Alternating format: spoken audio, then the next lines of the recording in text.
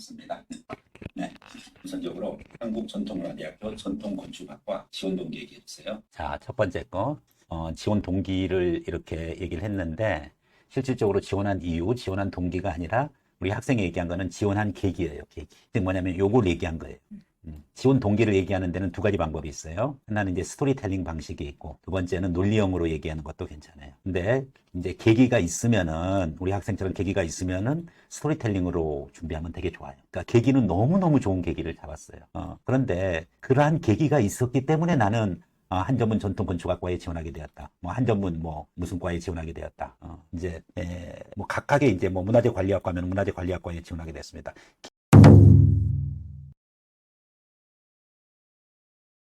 계기이기 때문에 이 모든 과정이 점프하고 지원하게 되었습니다. 이렇게 되면은 그 계기가 없었으면 어때요? 지원할 이유가 없겠네요. 자신의 의지랑 관계없이 우연으로 지원하게 됐다는 느낌이 들어요. 그래서 계기는 계기일 뿐이에요. 그 계기가 없으면 그러면은 우리 한전문 안 오겠다. 이런 부분 것으로 비춰지기 때문에 가능하면은 계기만 가지고는 좀 약하죠. 이제 처음에 그와 같은 건축에 대한 관심을 가졌던 계기는 너무 잘 잡았어요.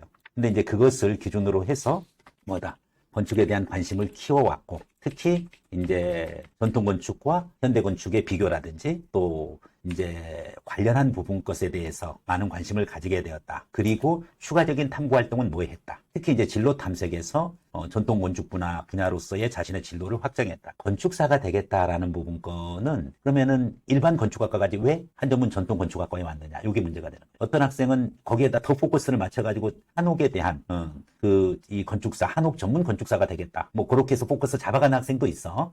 근데 그건 너무 지나치게 디테일하게 잡은 거고, 그냥 일반 건축사가 되겠다고 하는 것은 굳이 그러면 한전문 올 필요가 없죠. 일반 건축학과 가면 되겠지. 그러니까 여기서 말하는 진로 부분 것은 가능하면 전통 건축 분야의 진로를 잡아가는 게 좋고, 꼭 굳이 건축사 자격증 아니더라도 여러 방식이 있잖아요. 그렇죠? 전통 건축 문화, 전통 건축에 대한 문화재 보호라든지 아니면 전통 건축과 관련한 그와 같은 정부 정책이라든지 한옥의 세계화라든지 다 좋아요.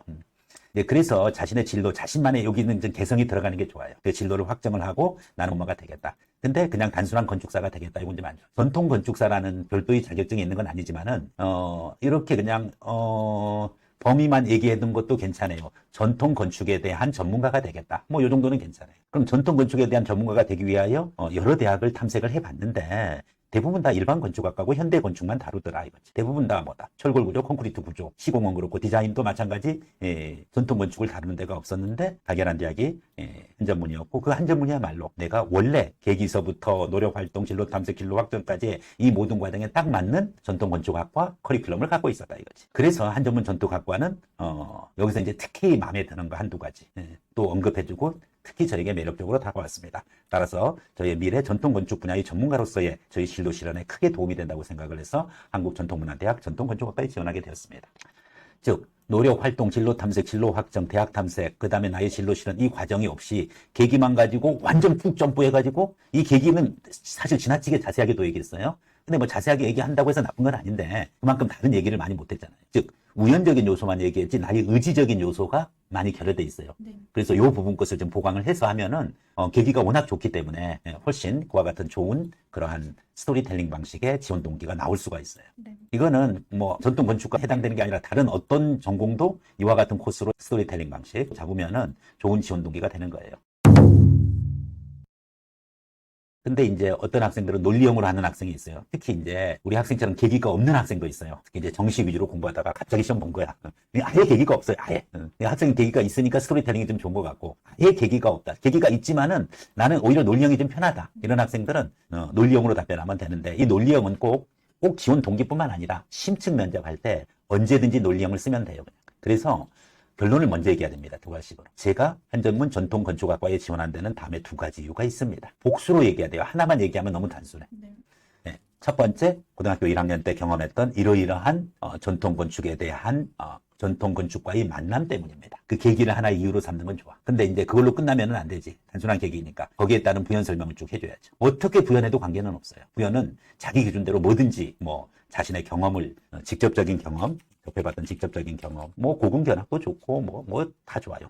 간접 경험도 좋아요. 부연 설명할 때 전통 건축에 대한 관심, 나는 유홍준 교수의 나의 문화유적 답사기를 통해 가지고 전통 건축에 대해서 독서를 통해서 접하게 되었다. 영상을 통해서 접하게 되었다. 뭐 다 좋아요. 아니면은 사극을 나는 좋아했는데 사극을 보다 보니까 나는 사극의 그 배우라든지 스토리보다도 사극의 세팅, 무대 세팅에서 전통 건축이 등장하는 걸 보고서 거기에 대해서 관심을 가졌다. 뭐 다 좋아요. 예시를 들어도 되고 사실 통계 조사를 해도 돼요. 최근에 한옥타운의 문제점에 대한 보고서를 본 적이 있다. 아니면 뭐 언론 보도를 본 적이 있다. 다 좋아요. 근데 거기에 따른 문제점이 무엇이냐.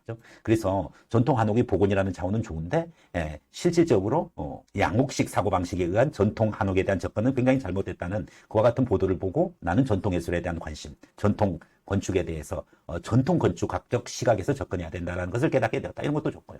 연구 실험 논문, 뭐 전문가 견해. 아까 유홍준 교수의 나의 문화유적 답사기는 전형적인 전문가 견해가 들어가 있고 전문가 견해로 봐도 되고 독서를 통한 간접 경험으로 봐도 돼요. 영화, 영상 얼마나 많아요, 요새는. 유튜브 너무 잘 되기 때문에. 그래서 이제 그와 같은 근거 첫 번째 얘기해주고 두 번째 근거를 얘기를 해주는 게 좋아요. 그것도 시간을 팍팍 주세요. 첫 번째 이유는 두 번째 이유는 두 번째로는 뭐 다르. 근데 중요한 게 이게 근거 1과 근거 2가 전혀 다른 내용이어야 돼. 오버랩 되면 안 된다는 거예요. 네.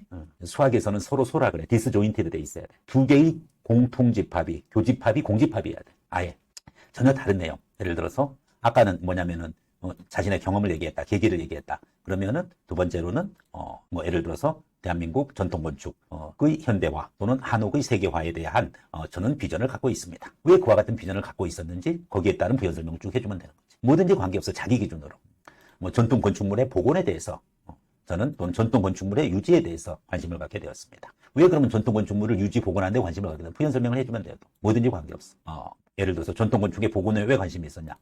네, 유네스코에서 대한민국 서원에 대해서 세계 문화유산으로 지정한 그와 같은 뉴스를 접하게 되었습니다. 특히 유네스코로 지정이 됐었을 때는 어떠한 재정적인 지원이나 어떠한 것도 존재하지 않지만 그와 같은 유네스코의 지정을 기준으로 마케팅이라든지 홍보에는 얼마든지 활용할 수 있다는 사실을 알게 되었고 그러기 위해서는 유네스코가 규정하는 보호 규정을 준수해야 된다는 사실을 알게 되었습니다. 그렇게 해서 이제 전통문화, 전통건축에 대한 보호라는 차원에서 접근을 했다. 뭐 괜찮지. 마지막에 가서 두 가지를 꼭 강조해 줘야 돼.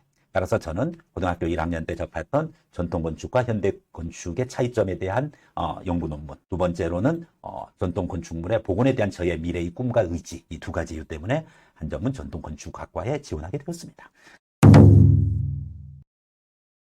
그래서 논리형으로 가는 것도 되게 깔끔해. 근데 이제 스토리텔링으로 가면 되게 부드럽고 자기 스토리가 나오니까 둘 개를 다 할 수는 없어서 둘 중에 하나를 선택해서 네. 다음번 면접 때까지 한번 진행해 주세요. 네. 네.